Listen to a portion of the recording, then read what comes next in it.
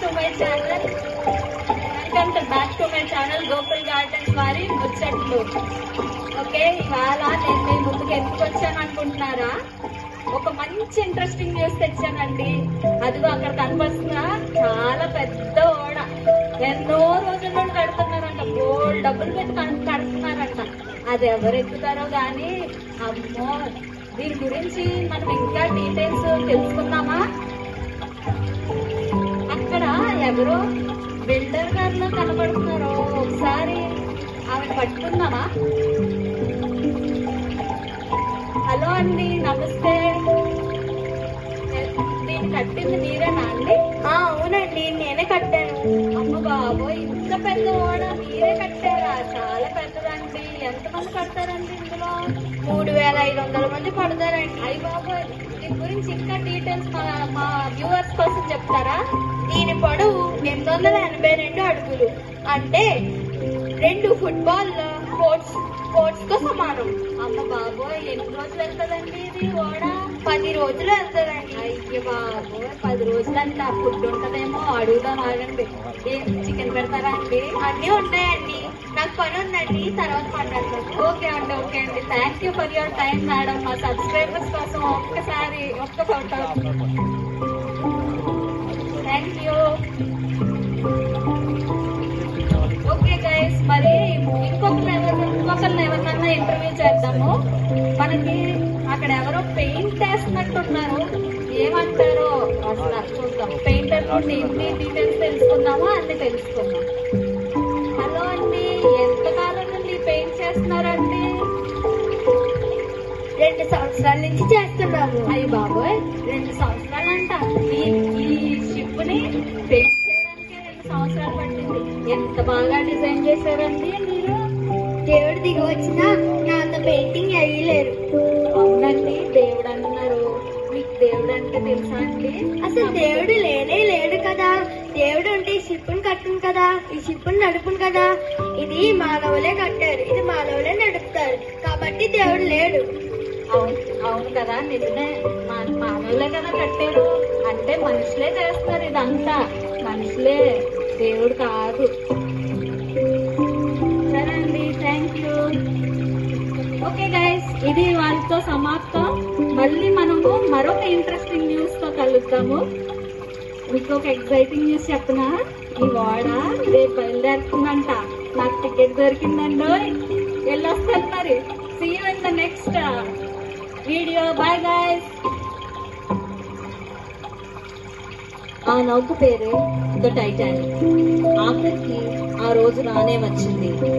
ఈ నౌక ప్రయాణం అయ్యే సమయం ఈ రోజు. ఈ నౌకలో ప్రయాణిస్తున్న సంఖ్య 2207 మంది. ఎంతో మందికి ఇది తొలి ప్రయాణం. కొన్ని కొత్త పెళ్లి జంటలు కూడా ప్రయాణం అవుతున్నాయి. ఎంతో మంది చిన్న వయసు పిల్లలు కూడా ఈ ప్రయాణానికి సిద్ధమయ్యారు. చూద్దామా ఏం జరగబోతుందో. హాయ్ గైస్, మళ్ళీ వచ్చేసాను నేను. Welcome back to my channel Gokul gardens వారి ముచ్చట్లు.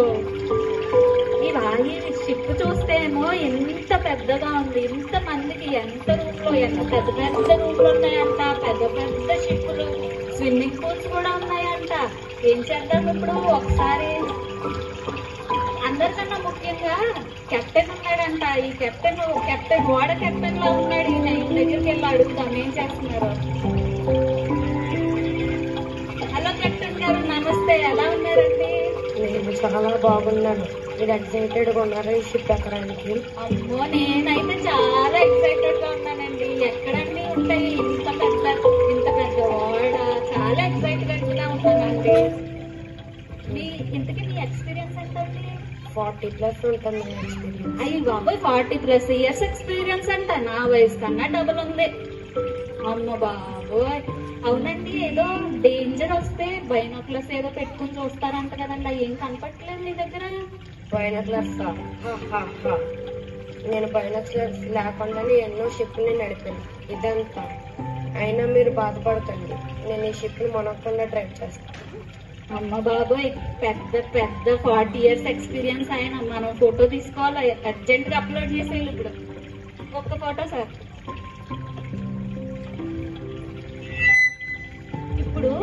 ఏం చేస్తే బాగుంటది అంటారు మన వీడియోకి?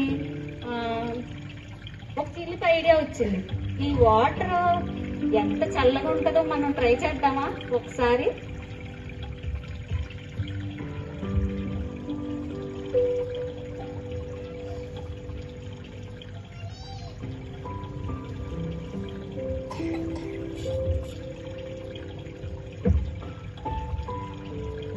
చేయి పెట్టమంటారా వద్దా?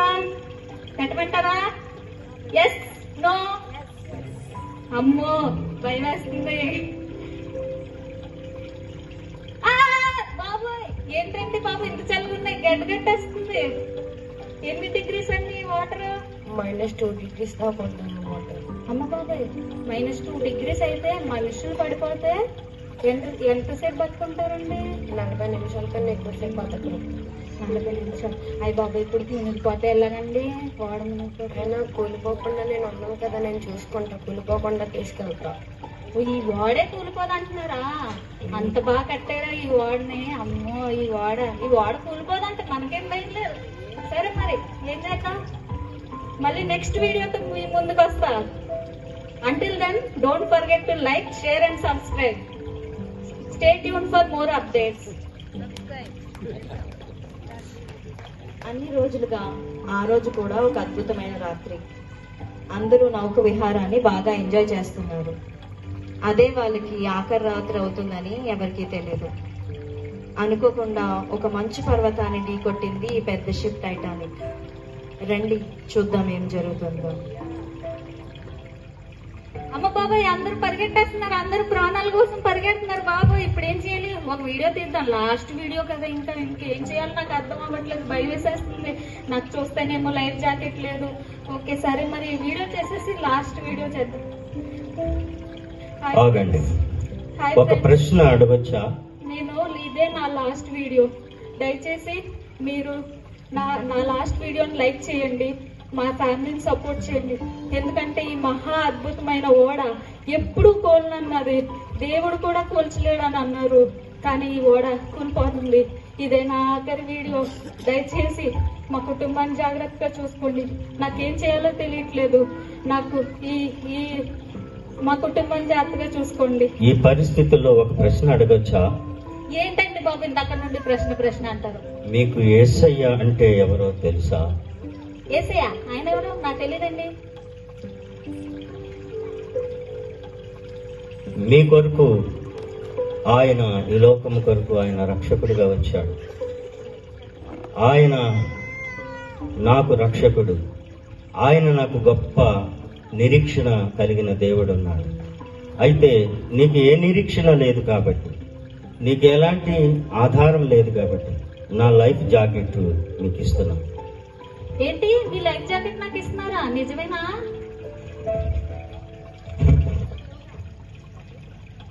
నిజంగానే ఇచ్చేస్తున్నట్టున్నారే.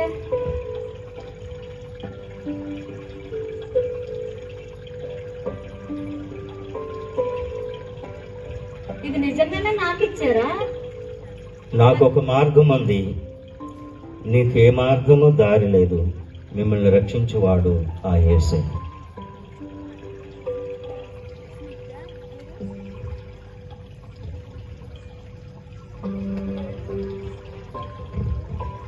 ఒక 40 నిమిషాల వ్యవధిలో ఈ టైటానిక్ ఓడ మునిగిపోయింది.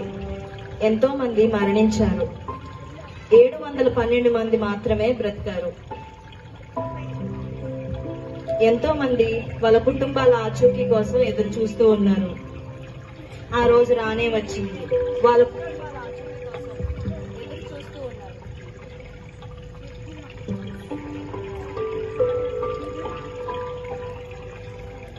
అయ్యో, ఈ లిస్ట్ లో మా వాళ్ళ పేరు లేవే. అయ్యో అయ్యో, ఈ బ్రతుకున్న లిస్ట్ లో లేరే. అయ్యో అయ్యో దేవుడా, ఏంటిది? ఏంటి పరిస్థితి దేవుడా?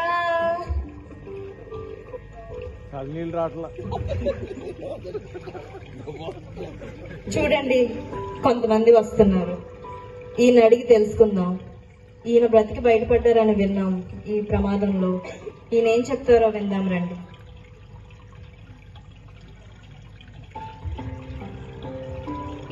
సార్ మీరు ఎలా బ్రతికారు?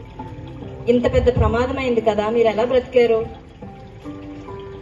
అది నాకు ఒక ఆయన వచ్చి నాకు ఆయన లైఫ్ జాకెట్ నా కోసం ఇచ్చాడు. లైఫ్ జాకెటా? మరి ఆయన బ్రతకలేదా? లేదండి, ఆయన అనుకోకుండా చనిపోయారు.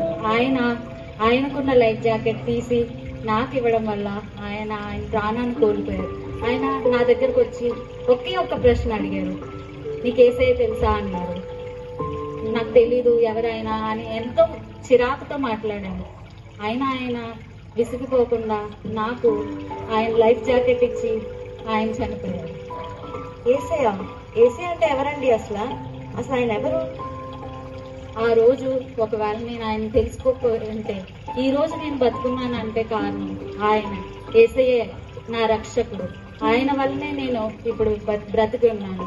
ఆయన అడిగిన ఒక్క చిన్న క్వశ్చన్, యేసయ్య అంటే ఎవరు అన్నది నేను మదిలో పెట్టుకుని దానికోసం నేను తెలుసుకుని ఈ రోజును నేను యేసయ్యని సొంత రక్షకునిగా అంగీకరించాను. ఆ రోజు మీరు చనిపోకపోవచ్చు, కానీ మళ్ళీ మీరు చనిపోతారు కదా, అప్పుడేం చేస్తాడు ఈ రక్షకుడు?